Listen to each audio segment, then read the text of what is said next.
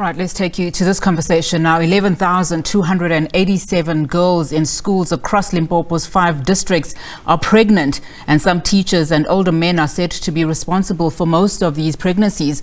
A report was released by South African Council of Educators that 11 teachers were fired after it was discovered they impregnated students. These were found guilty of many different charges related to sexual offences. Now, let's discuss this further. We're now joined via Zoom by South African Council of Educators Ethics Manager George Morwasi. Mr. Morwasi, thank you so much for your time this afternoon. Of course, it's not a good afternoon. I mean, these numbers are actually quite staggering and shocking, to say the least. We're talking about children here between the ages of 10 and 19. Surely one can deduce that we are talking about, this is tantamount to rape, especially in most cases by teachers. Your reaction as the South African Council for Educators? It can definitely not be a good afternoon. However, I shall say to you, good afternoon to you and to the viewers. Indeed, the numbers are worrying. And as you have correctly pointed out, most of the learners' ages, they are so young that whatever it is that might have happened is legit. But yes, the numbers are rather high and worrying indeed. What is also of concern is that in your report that you have compiled, you found that 11 teachers were found guilty in some of these instances and were fired. The problem then is, Mr. Morwasi, it doesn't add up. I mean, we're talking about 11,287 young girls, in the period of 2021, 2022. So if 11 teachers are found guilty, where are the rest? So they are basically still in the system. And what is also of concern is, are these 11 in then the sexual, register? Are they registered in the sexual register of South Africa? Or are they making their way back into the classroom? The figure 11,000, it's an overall figure which involves quite a number of people in it. It's not 11,000 teachers who are being or have been accused of sexual abuse. If you read the report, it talks of blessers and some teachers. Therefore, SACE deals only with those cases that get brought to its attention. And indeed, asking the question, where are the others? Some of the cases get withdrawn. We withdraw them owing to lack of cooperation by parents, lack of cooperation by victims at times who happen to withdraw the cases for a number of reasons. Therefore, only those that went through the test, that's 11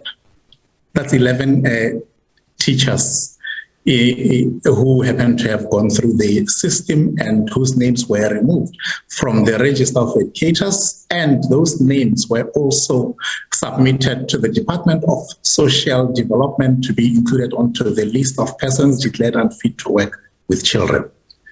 Unfortunately, we do not have the authority to continue, Mr. Morwasi. I wanted to say that we don't have, unfortunately, we are unable to list them onto the register for sexual offenders, as that can only be from and through a court judgment or instruction. Another discrepancy that we are seeing here, I mean, we are talking about the period April 2021 to March 2022, is that, only 4,314 sexual offences, and of course that's broad, including rape, sexual assault, attempted rape, and contact sexual offences were reported in Limpopo. Of course, we are talking just about one province. Does that concern you in any way? I know that you said that the 11,000, of course, talks broadly, to to the number of people that may be involved in impregnating some of these students. In actual fact, we are talking in most cases about sexual offences, one of them being rape. Do these numbers not, worry you at all as an organization, particularly if we think about just talking about one province? We haven't even touched on other provinces, and we know those numbers too are staggering, particularly here in Gauteng. Those numbers are gravely worrying. It is unfortunate that as SACE we can only deal with that gets brought to our attention. Provincial departments of education have the responsibility to submit the cases to us in terms of Section 26, but some may not have been brought to our attention. Therefore, the 4,000 figure that you are referring to is not in our books. And that, of course, is concerning.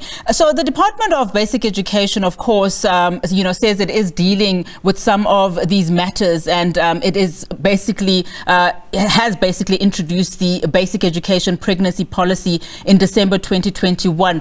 Now, as a body that looks after educators across, the country, how well versed are you with this particular policy, and are you working closely with the Department of Education? I would imagine your organization would also want to root out, some of these educators that are still within our systems. We are very well vested with the policy in question. We work closely with the Department of Education. However, we do not implement their policies. They've got their policies. We implement the SACE Act, and therewith SACE on its own has its own disciplinary procedures, investigative procedures to deal with such matters. However, we are interrelated. You cannot divorce us from the Department of Education. We work together in this regard because at the end, the aim is to root out such occurrences in our schools and outside of our schools, because as the council, we regulate educator conduct within a schooling environment and outside of a schooling environment. So if we can achieve the ultimate goal of not having one child sexually assaulted by a teacher, we shall have achieved a great deal. Yeah, because, schools are supposed to be a safe haven for our children, particularly our girl children. But you talk about, one of the acts that you subscribe by. Very briefly, just talk to us about some of the proactive things that you are doing to make sure that educators that are even suspected to be grooming young girls or to have even been found to have sexually harassed a pupil are removed from the schools. A removal, I'm going to explain the process to you.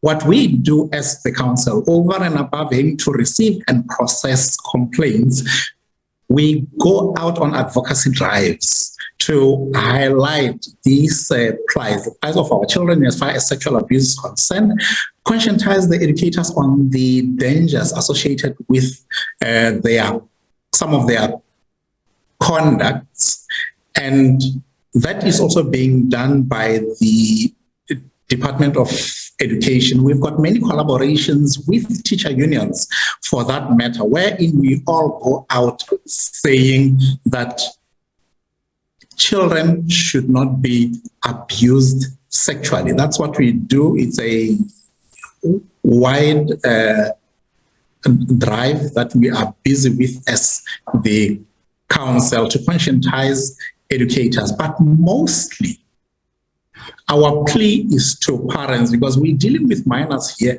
who need parental consent when we have to speak to them.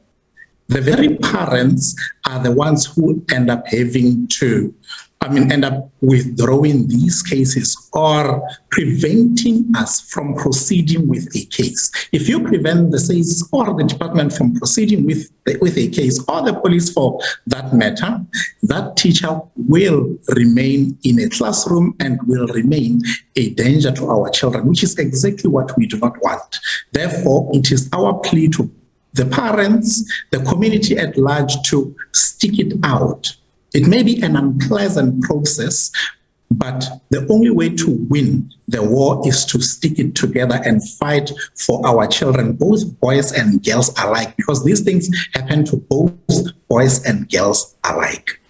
Yeah, unfortunately, in some instances, it's very hard for children to stick it out because they get, re-abused again by the very system that is supposed to be protecting them. But Mr. Morwasi, that's all the time we have for this afternoon. Thank you so much for coming on to the show.